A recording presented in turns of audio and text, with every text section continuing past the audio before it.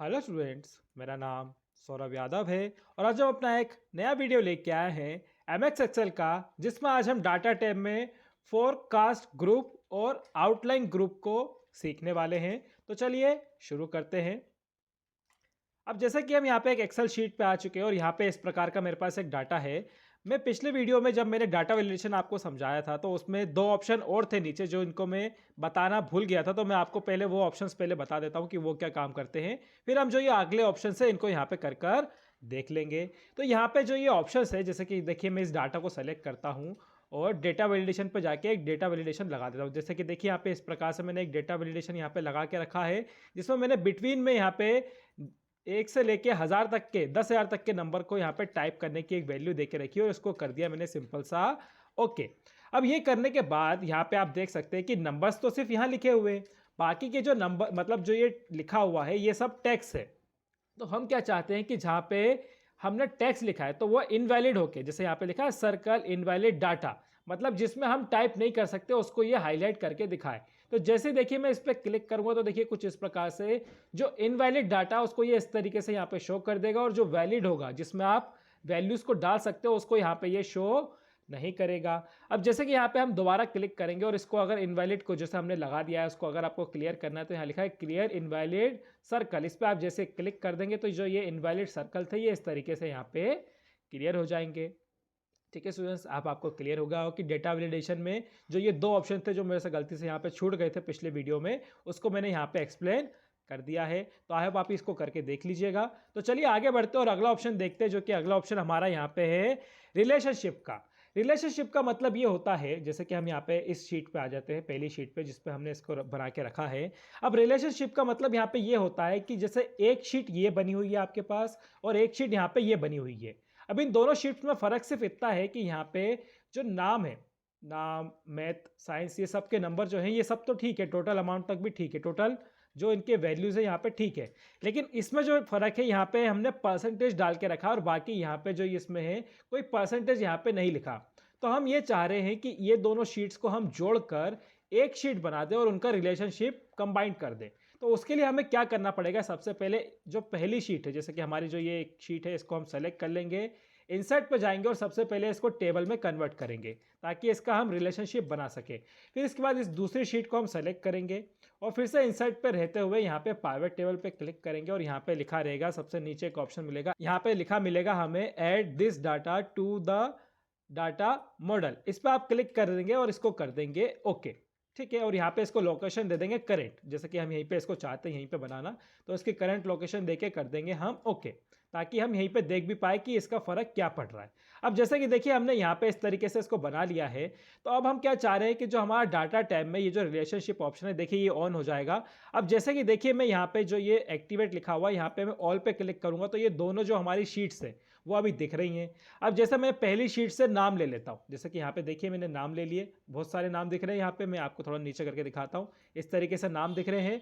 अब मैं जो दूसरी शीट है इसमें से अगर मैं परसेंटेज ले लूँ, जैसे कि यहाँ पे आप देख सकते हैं परसेंटेज पहली शीट में तो लिखा नहीं है, दूसरी शीट में लिखा है। अब मैं इसको जैसे ही लेके क्लिक करूँगा तो देखिए इस तरीके से जो ये वैल्यूज़ है, जो परसेंटेज की वैल्यू है ये गलत आ रही है।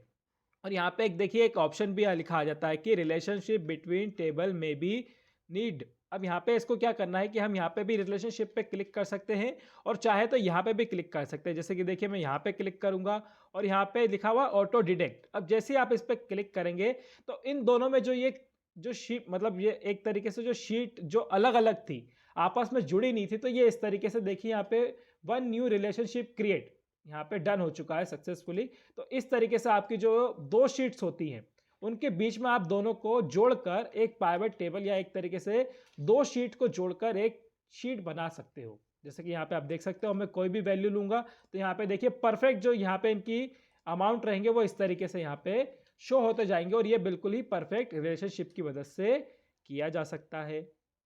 ठीक है स्टूडेंट्स, आपको क्लियर होगा कि डाटा टैब में रिलेशनशिप ऑप्शन क्या करता है और जो यहाँ पे ये मैनेज वाला जो ऑप्शन है ये क्या करता है ये भी मैं आपको बता देता हूँ। कि जैसे आप इस पर क्लिक करेंगे तो यहाँ पे देखिए थोड़ा सा ये प्रोसेस लेगा।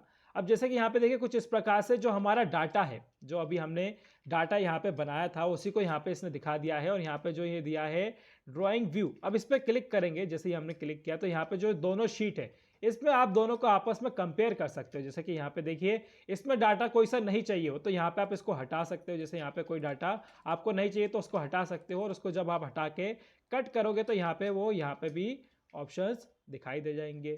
ठीक है सुयस, आपको क्लियर हो गया हो कि यहाँ पे मैनेज डाटा मॉडल किस तरीके से काम करता है। तो चलिए आगे बढ़ते हैं, और यहाँ पे अगला ऑप्शन जो है हमारा व्हाट इफ एनालाइज, इसको समझते हैं कि ये क्या होता है।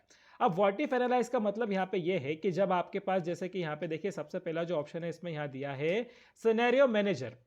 अब सिनेरियो मैनेजर का मतलब ये होता है कि जैसे हमारे पास ये एक शीट बनी हुई है जिसमें हमने कंप्यूटर प्रोडक्शंस, जैसे कि यहाँ पे इस तरीके से हमने सभी के यहाँ पे जो हमारे कंप्यूटर पार्ट्स हैं इनको यहाँ पे लिख के रखा है।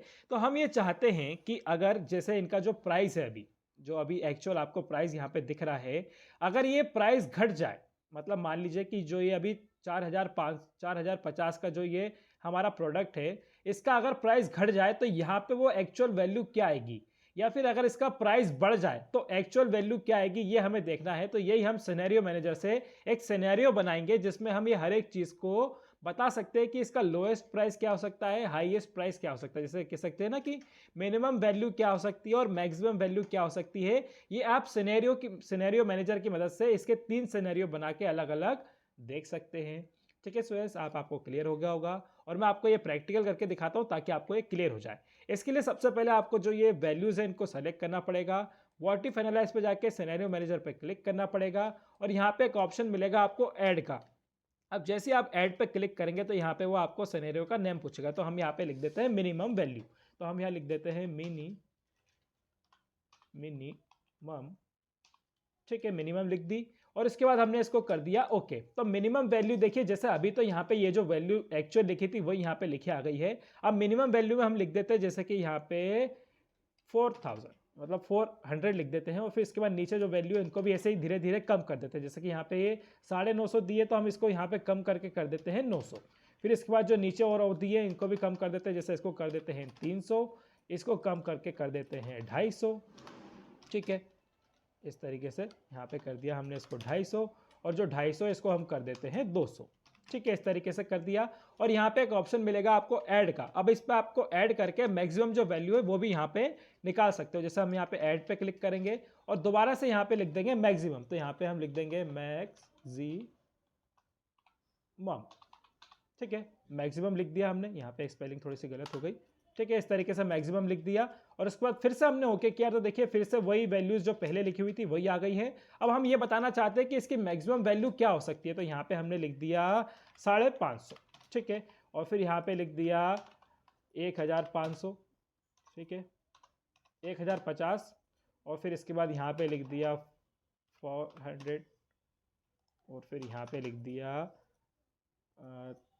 400, और फिर यहाँ पे लिख दिया 350। इस तरीके से लिख के अब हम जैसे ओके करेंगे तो यहाँ पे जो हमने 2 समरी बनाई है कि जो एक एक्चुअल वैल्यू है वो तो ये है, अभी जो हमारा करंट प्राइस चल रहा है इन सभी प्रोडक्ट्स का वो तो ये है, लेकिन हम ये चाह रहे हैं कि अगर इसका प्राइस गिर जाए तो मिनिमम जो वैल्यू होगी वो क्या होगी, हमें यहाँ पे ये देखना है। इसका जो टोटल अमाउंट है निकलेगा वो क्या निकलेगा।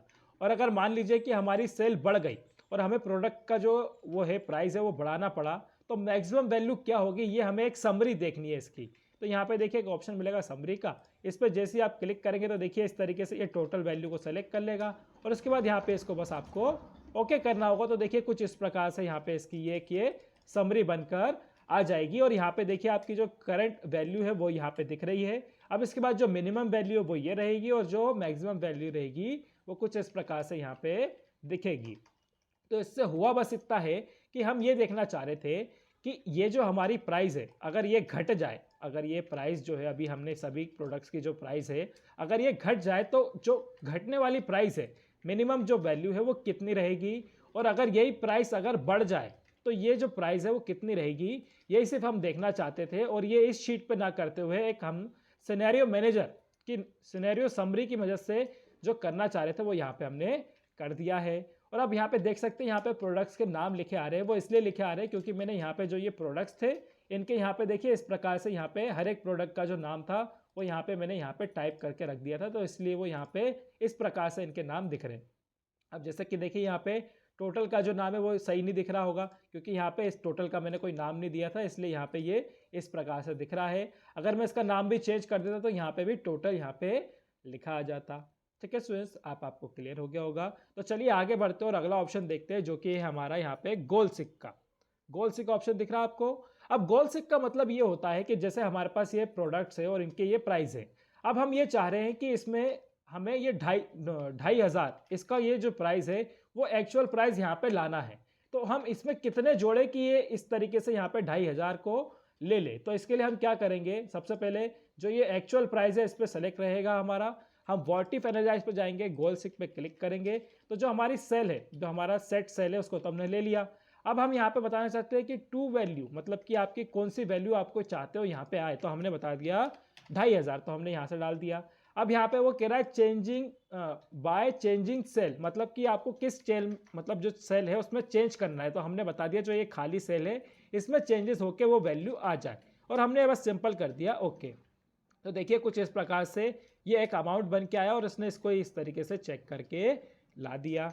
अब इसी के बाद अगर मान लीजिए कि हमें इसका जो अमाउंट है, जैसे कि यहाँ पे अभी ये बढ़ के आया है, अगर मुझे मतलब गोल सिक में इसको घटाना है तो किस तरीके से घटाएंगे, वैसे ही सिंपल इसको यहाँ पे रखेंगे। फिर से वॉटिफ एनालाइज पे जाएंगे, गोल सिक पे जाएंगे, टू वैल्यू है इस पर हम यहाँ पे जो अमाउंट है 1500 यहाँ पे डाल देंगे, और चेंजिंग बाय सेल में हम यहाँ पे चेंजिंग बाय सेल दे देंगे, और उसके बाद सिंपल कर देंगे ओके।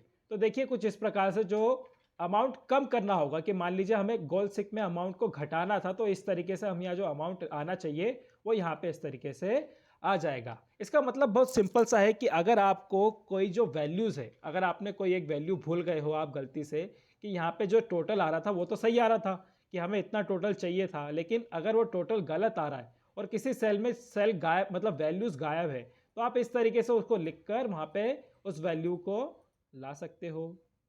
ठीक है स्टूडेंट्स, आपको क्लियर हो गया होगा। तो चलिए आगे बढ़ते हैं और अगला ऑप्शन देखते हैं। डाटा टेबल ऑप्शन है। तो ये डाटा टेबल ऑप्शन किस तरीके से काम करता है कि सबसे पहले आपको 3 बार 1 लिखना पड़ेगा कुछ इस प्रकार से, और फिर जो 3 बार आप 1 लिखोगे तो आप इस तरीके से जो आखिरी 1 होगा उसको आप नीचे की तरफ ड्रैग कर देंगे और इस तरफ ड्रैग करके फिर सीरियल कर देंगे, तो आपके कुछ इस प्रकार से ये नंबर लिखे आ जाएंगे। और फिर आपको कुछ नहीं करना है, जो ये तीनों 1 में है इसको मल्टीप्लाई करके इस तरीके से इसको ले लेना है। अब इसका करने का फायदा क्या है, हम ये चाह रहे हैं कि जब हम इस टेबल को इस तरीके से सेलेक्ट करें तो यहाँ पे जो पहाड़े लिखे आते हैं 2 का 3 का 4 का 10 का 5 का, ये सभी पहाड़े लिखे आने चाहिए। तो इसके लिए हमने क्या किया, हम वॉटिफ एनालाइज पे गए, डाटा टेबल पे गए, और यहाँ पे लिखा है row input cell, column input cell. तो आपको इसमें पहले ये वाला ये दे देना है और फिर कॉलम में ये वाला दे देना और सिंपल कर देना है ओके। तो यहाँ पे कुछ इस प्रकार से ये जो शीट है ये बनकर आ जाएगी। ठीक है स्टूडेंट्स, आपको क्लियर हो गया होगा। तो चलिए आगे बढ़ते हैं और अगला ऑप्शन देखते हैं, जो कि अगला ऑप्शन हमारा दिया है यहाँ पे। अब जो अगला ऑप्शन हमारा यहाँ दिया है वो यहाँ दिया है फोरकास्ट शीट का। फोरकास्ट शीट का अब ये क्या करता है कि आपके पास ऐसा कुछ डाटा बना है जिसमें आपने टोटल पे, बेसिक सैलरी, डीए, पीए, ईएफ, एसआरए, नोट पे, यहाँ पे सब कुछ निकाल के रखा है। तो आप ये चाह रहे हो कि इसकी एक शीट बन के आ जाए, तो हम क्या करेंगे, इस डाटा को पूरी तरीके से इस तरीके से सेलेक्ट करेंगे और फॉरेक्स शीट पे जैसे हम क्लिक करेंगे तो देखिए कुछ इस प्रकार से इसकी एक शीट बनकर आ जाएगी। अगर आपको लगता है कि यहाँ पे ये शीट इस तरीके से ठीक है तो ये ठीक है, नहीं तो इसको आप बढ़ा भी सकते हो कुछ इस प्रकार से। तो ये इस तरीके से यहाँ पे बढ़ के दिखने लगेगी, और इसको अगर आप कम कर दोगे तो इस तरीके से ये कम होकर भी दोबारा जैसे पहले थी उस तरीके से भी यहाँ पे देख सकते हो। ठीक है स्टूडेंट्स, आपको क्लियर हो गया होगा। इसी तरीके से इसका एक और डिज़ाइन होता है, यहाँ पे इस तरीके से भी इसको चेंज कर सकते हो, या फिर इस जो पहला डिज़ाइन था आप इस तरीके से भी उसको ले सकते हो। ठीक है स्टूडेंट्स, आपको क्लियर हो गया होगा कि यहाँ पे फोरकास्ट शीट किस तरीके से लाया जाता है। तो चलिए आगे बढ़ते हैं और अगला ऑप्शन देखते हैं, जो कि आउटलाइन ग्रुप का हमारा ऑप्शन है। तो आउटलाइन ग्रुप का मतलब यहाँ पे ये है कि जैसे आपको यहाँ पे ये जो शीट बनी हुई है हमारे पास, इसको थोड़ा सा हम जूम कर लेते हैं। जैसे हमारे पास ये शीट बनी हुई है, तो हम ये चाह रहे हैं कि इस शीट को जब मैं इस तरीके से सेलेक्ट करूँ तो यहाँ पे जो कैश के जो ये दिख रहा है, अगर मैं इसको एक ग्रुप में डालना चाहता हूँ तो यहाँ पे देखिए एक ऑप्शन दिया है ग्रुप, आप इस पर क्लिक कर दें और यहाँ पे एक ऑप्शन पॉपअप विंडो आएगी, यहाँ पे रो लिखा रहेगा, इस पर आप ओके कर दें। तो इसका एक क्या है, ये ग्रुप बन जाएगा। अब आप जैसे ही देखिए यहाँ पे ये माइनस ऑप्शन दिया है, इस पर आप क्लिक करेंगे तो ये छुप जाएगा। आप इसी पे दोबारा क्लिक करेंगे तो ये दोबारा आ जाएगा। इसी के बाद यहाँ पे आप इस कोने में देखेंगे तो ये भी ऑप्शन यहाँ पे आपको मिलेंगे कि जैसे अगर आप माइनस करोगे तो यहाँ से भी इसको छुपा सकते हो, और अगर प्लस माइनस करके इसको बढ़ाना चाहो तो यहाँ से भी कर सकते हो। ठीक है स्टूडेंट्स, जैसे कि यहाँ पे देखिए अगर इसको मुझे माइनस करना है तो ऐसा मैं छुपा सकता हूँ, और प्लस करूँगा तो इस तरीके से मैं इसको ला सकता हूँ। इसके बाद अगर आप चाहते हो और ग्रुप बनाना तो यहाँ पे क्या कर सकते हो, इस तरीके से नीचे इसको सेलेक्ट कर लीजिए और फिर यहाँ पे दोबारा ग्रुप पे क्लिक कर दीजिए और यहाँ पे फिर से रो का ऑप्शन आएगा, इसको ओके कर दीजिए। तो देखिए यहाँ पे एक इस तरीके से एक और ग्रुप बन जाएगा। आप चाह रहे हो एक और ग्रुप बनाना तो इसको नीचे से इस तरीके से सेलेक्ट कीजिए और एक और यहाँ पे ग्रुप बना के कर दीजिए ओके। तो यहाँ पे देखिए इस तरीके से मैंने 3 ग्रुप बना दिए। मैं तीनों को एक एक करके यहाँ पे इस तरीके से छुपा सकता हूँ, जैसे कि आप देख सकते हैं यहाँ पे इस तरीके से छुपा दिया मैंने। ठीक है स्टूडेंट्स, आपको क्लियर हो गया होगा। इसके बाद अगर आप चाहते हो कि ये जो ग्रुप आपने बनाया इनको अब हटाना है तो यहाँ पे लिखा है अनग्रुप, आप इनको हटा सकते हो। जैसे यहाँ पे आप क्लिक करोगे, यहाँ लिखा है क्लियर आउटलाइन। अब ऐसे क्लिक करोगे यहाँ पे, जैसे कि देखिए मैं यहाँ पे रहूँगा, इस तरीके से पूरी टेबल को सेलेक्ट कर लीजिए और यहाँ पे क्लियर आउटलाइन पे जाके बस आप यहाँ पे ओके कर दीजिए। तो देखिए इस तरीके से ये सभी जो आपने बनाए थे वो सभी यहाँ पर क्लियर हो जाएंगे। ठीक है स्टूडेंट्स, अब आपको क्लियर हो गया होगा। फिर इसके बाद जो एक और ऑप्शन मिलता है यहाँ पे, वो मिलता है सब टोटल का। अब सब टोटल का मतलब यहाँ पे ये है कि जो हमारी ये क्वांटिटी यहाँ पे मतलब जो अमाउंट निकल के आया इसका हमें टोटल करना है, सब टोटल। तो आप इसको सिंपल बस सेलेक्ट कर दीजिए, सब टोटल पे क्लिक कर दीजिए और यहाँ पे देखिए अमाउंट वाली जो वैल्यू है इसका ही करना है। और इसके अलावा यहाँ पे जो एक और ऑप्शन होता है अमाउंट का, इसको भी यहीं ले लेना है और उसके बाद कर देना है ओके। तो देखिए कुछ इस प्रकार से इसकी ये एक सब टोटल यहाँ पे निकल के आ जाएगा। देखिए कुछ इस प्रकार से यहाँ पे सभी का अलग अलग, देखिए क्रेडिट का, डेबिट का, हर एक चीज़ का यहाँ पे टोटल जो है वो अलग अलग प्रकार से यहाँ पे निकल के आ जाएगा। और यहाँ पे देखिए इस तरीके से भी इसका सब टोटल निकल के आ जाएगा। अगर आपको ये सब टोटल हटाना है तो बस आप इसको दोबारा से इस तरीके से सेलेक्ट कर लीजिए जैसे पहले सेलेक्ट था, और इसी पर जाके दोबारा से इसको कर दीजिए रिमूव ऑल और इसको कर दीजिए ओके। तो देखिए इस तरीके से यहाँ पे ये रिमूव भी हो जाएगा। ठीक है स्टूडेंट्स, आपको क्लियर हो गया हो कि यहाँ पे फोरकास्ट ग्रुप और आउटलाइन ग्रुप किस तरीके से काम करता है, रिलेशनशिप किस तरीके से काम करता है। आप इसकी प्रैक्टिस करके देखिएगा तो आपको और अच्छे से बनेगा। और आई होप आपको ये वीडियो पसंद आएगा। तो चलिए मिलते हैं अगले वीडियो में।